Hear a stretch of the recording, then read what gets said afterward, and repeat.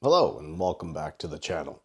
Today we're going to talk about cleaning engine bays, specifically hybrid plug-in hybrid, which, spoiler alert, there's a spoiler to this. We'll get there. Sorry, I shouldn't have said that.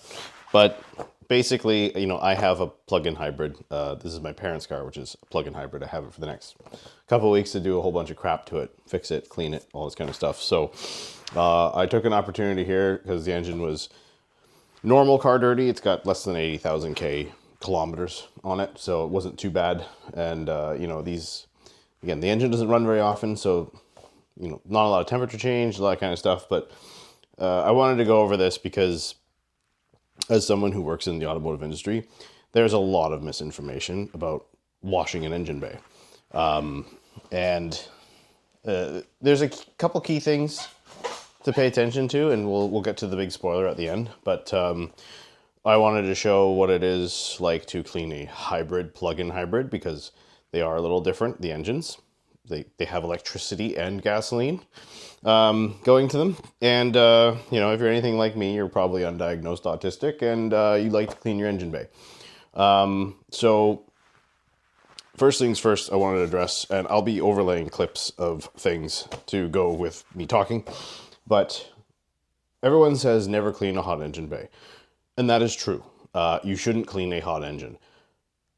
But it's also not great to clean a cold one. And the reason for that is when you do need to dry it at the end, a warm engine, not a hot, just like a little warm, is better. It will dry itself off faster. If you really, there's some specific tools, unfortunately, that you should have to do this. Nothing too crazy. They're very cheap to buy. You don't need anything fancy, as you'll see later. But you do need to be able to blow the air off of the engine. You shouldn't just leave standing water. However, you can. You could totally leave it soaking wet. It is better, though, to just blow it off in case you do need to open something up and then it's not just covered in water, like the air filter, for example. It's nice to have a clean engine when you need to work on one or just do some maintenance. It's already dirty enough touching engines. You don't need to make it extra dirty. But you also don't need to go overboard. And there's a few things that I don't do, which we'll get to at the end, that I think a lot of people probably shouldn't do. But, first things first. Warm, not hot. Because a warm engine will also release more grease and dirt because it's just, you clean with hot water cleans better. So a hot engine gets cleaner. And then going on from there, fairly basic steps. First one is pre-treat. So I tend to not spray the engine before I put the chemical on. You can if you want to. It's actually not a bad litmus test to see if you actually need to, because sometimes your engine's just dusty and rinsing it is good enough. So if you wanted to see if you really needed to do that, and most of the time you can tell by looking at an engine, which we'll touch on that later, you can hose it off and then blow dry it and look. And if you think it's good enough, then save the chemical, save the, any risks that may or may not come from putting detergents on your engine. We'll touch on a few things there later too. But sometimes you just need some water and a pressure washer. Give a little bit of distance, obviously. Even on a modern engine, you have to be smart. But it's not a big risk. So pre-treat with degreaser, and my degreaser of choice is Autofoam. It is a higher pH, but still low. How do I say this? It's a low dilution. I only use it at 2% for doing engines. 2 to 3 or 3 or 4 if it's like super bad, but typically I use 2%. And that's all I've ever needed. And a lot of the times I don't need to scrub. So that's what I use. What I like to do on top, and this is optional, it's not required, is I like to foam over it with whatever foam I'm using. So if I'm washing my car right after and I have, some kind of a snow foam mixed up, I usually just use pH neutral because I use a pump sprayer for chemicals like touchless and Autofoam. I'll just put that on top just to help keep things wet. The paint in the engine bay is not the same quality as the paint on the car. It doesn't have clear coat usually. So you don't want drying and staining because it's really hard to fix anything in there. So I usually foam over it if I'm washing the whole car and I'm using the foam cannon. If I'm not, I don't. So that's your next choice there. In this example, I used Geon foam at 5:1, which is what they recommend, which was way too strong for my water. It made quite thick foam, but again, totally fine on this engine. Again, big high voltage right here, totally fine. So moving on from there, agitate, scrub it. Typically, the best things to scrub is all the black plastic and trim. So you've got around the headlight, you've got this, yes, it's a fuse box cover. You can scrub it. The cowl, whatever dressing plastic thingy they put on the top of the engine, you can scrub away at that. And, you know, some of the air hoses and things like that. And, you know, rubber hoses. Anything that's black typically is where you want to scrub. And then what I like to do is take one of those wheel brushes and just shove it in any of the nooks and crannies and just let it scrub around. Again, not a ton of pressure, not a lot of force. Just get in there and agitate and move things around. If you spray it down well and foam it down well, the detergent's everywhere. But just a little bit of extra sometimes can help make it a little more consistent if you want to go that extra mile, or if you need to go that extra mile. Again, if you are a regular cleaner, you probably really don't need to do much. But that's what you can do on top. The only thing I will say where scrubbing is very critical, and it's interesting to say that, but this is a spot where it is really critical, is actually the hood, the top. Because this paint here gets a lot of stuff stuck to it, but it doesn't come off. Like a detail factory brush will not scrub a dirty hood. You have to use insanely strong chemicals, and you're far better off using a little bit more aggressive medium. Like a microfiber towel is a great thing to just scrub that thing, just a shop towel, whatever you want to use. But that part of the hood is where it's far dirtier, so and far harder to clean. This black stuff usually cleans up really easily. So that's where I would focus my agitation, up here, less so down here. Just do the edging, the trim, the black plastics. That's where you're going to net your biggest benefits, and go from there. After that, rinse it nice and thoroughly. When you're treating the engine, if you just spray from this angle, you're going to miss everything in here, in there, and vice versa. So spray your detergent and your foam from all perspectives and rinse it from all perspectives. Spray this way, spray that way, spray that way, spray that way. Up and down. Get every angle, so make sure you rinse all the detergent off. Again, don't point blank anything. Anything. Doesn't matter if it's high voltage or not. Don't point blank anything. Just get pressure washer from that far away and you're good to go. You'll see it in the footage. That's all you got to do. If your engine bay is super trashed, you're going to want to get very specific to clean specific spots. Like you really want to isolate and not use a really heinously strong chemical and spray that everywhere. You're going to want to focus just on that spot. Specifically on the sides here, the wheel houses, they can get kind of nasty, especially if you've had a leak or something like that. You'll want to get very specific into that one spot and then just isolate there. Beyond that, you're just, you know, ballpark generaling the whole thing, because you aren't going to see exactly down there, you know, what dirt's left. There isn't any there, but you don't need to go crazy away from the top areas. It's not worth any of the risks, and the reward for that risk is just, it's not there. You're not entering it into Pebble Beach. So do that. The optional part here now is you can apply a rinse aid. Now, or sorry, like a spray and rinse sealant, not so much a rinse aid or a drying aid, because I don't believe in physically drying an engine. I don't think it's a good idea. Like a couple of the top plastics, you can maybe wipe some stuff off, but typically blow drying it is the easiest and smartest and most efficient way to get the bulk of it dry. And I don't use a fancy blow dryer. That blow dryer is $20 Canadian. You don't need anything crazy. Again, it's just like the pressure washer. You don't need a ton of power. You just need to move it off. You just need to move things away from where they are. Obviously, top to bottom, that should be your direction. But yeah, spray and rinse sealant, spray it on thoroughly, rinse it off thoroughly, like you would on the paint and anything like that. I will note that I did this car with wet coat. And, you know, every car is a little different in certain aspects, and I could smell the heat from the engine, you know, heating up that residue that was left behind to, you know, do its job. I could smell some of it initially, but it eventually burned off and went away. So if you know you get hot exhaust pipes and hot parts of the engine and you get that off stuff on there, there's a chance you may smell it, and it will burn it off and it will go away eventually. But you know, if you've got young kids in the car, maybe something to consider not doing. Just rinse it off, and then once you've rinsed it off, blow dry it. And again, you can get a big blow dryer that moves a lot of air just to make the process faster, but you don't need to go point blank on anything crazy.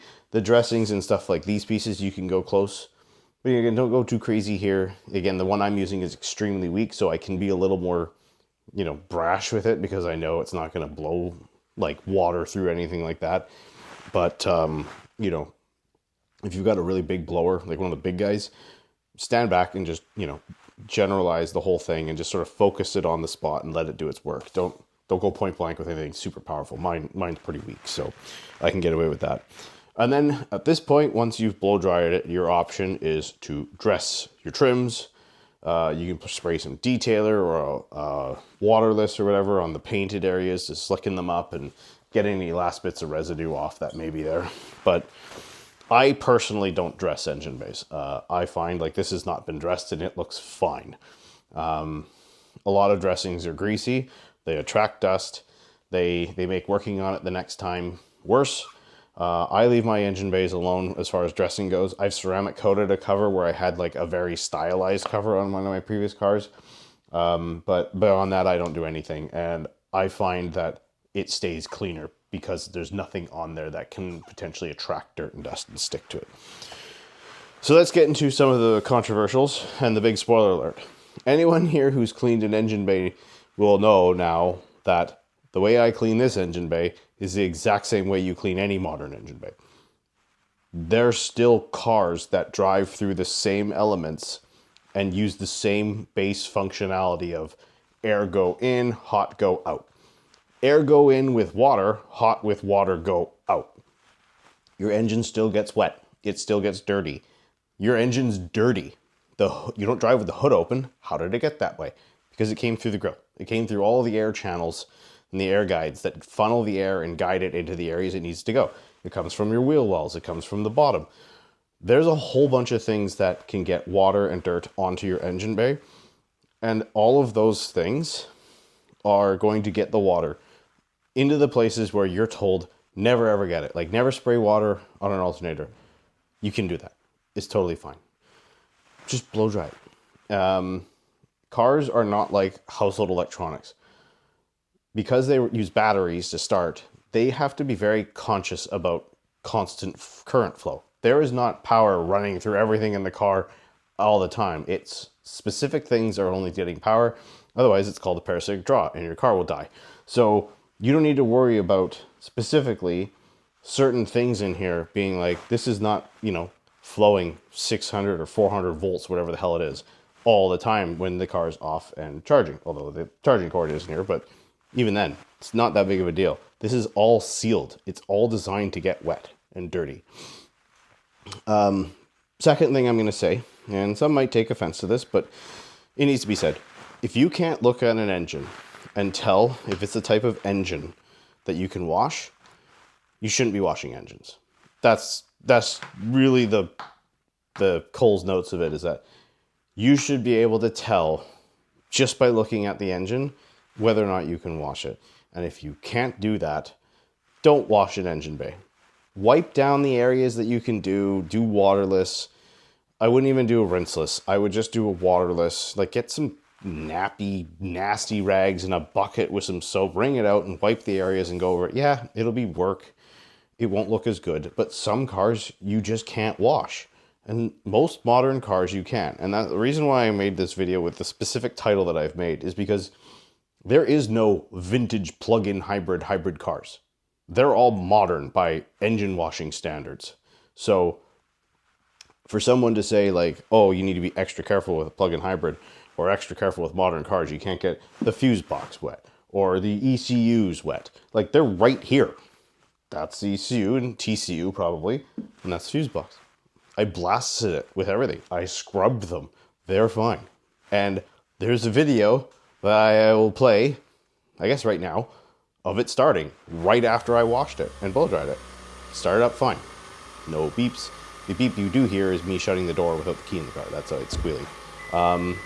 And the final thing I'll say is, if you're unsure about whether or not your modern car should be washed, you just ask this simple question.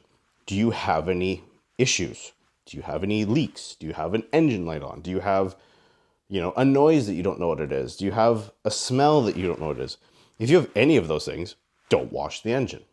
If your car is mechanically sound, it's been inspected, or you've done the checks, it's not leaking, it's got no issues, there's no check engine light, no drivability issues. If your car is operating perfectly fine, you can wash the engine. You're not going to brick anything. That's just how it is. Like, modern cars are made to have their engines washed. That's, you don't need to be afraid of it. You just need to be smart. Don't go point blank.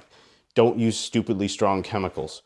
Avoid, putting chemicals in areas where you can't rinse it off or you can't scrub it well enough. Don't scrub everything super hard. Like, just, again, use common sense, which is really not common anymore, and just be smart. I don't know what to say. People will fearmonger. People have had a bad experience. I have broken something on an engine washing a car, but that car had an issue. It had a coil pack with a leak. The seal was broken. And so when I washed it, water went in there and it fried the coil pack. It was damaged. That will happen. But if your car isn't damaged, you'll be fine.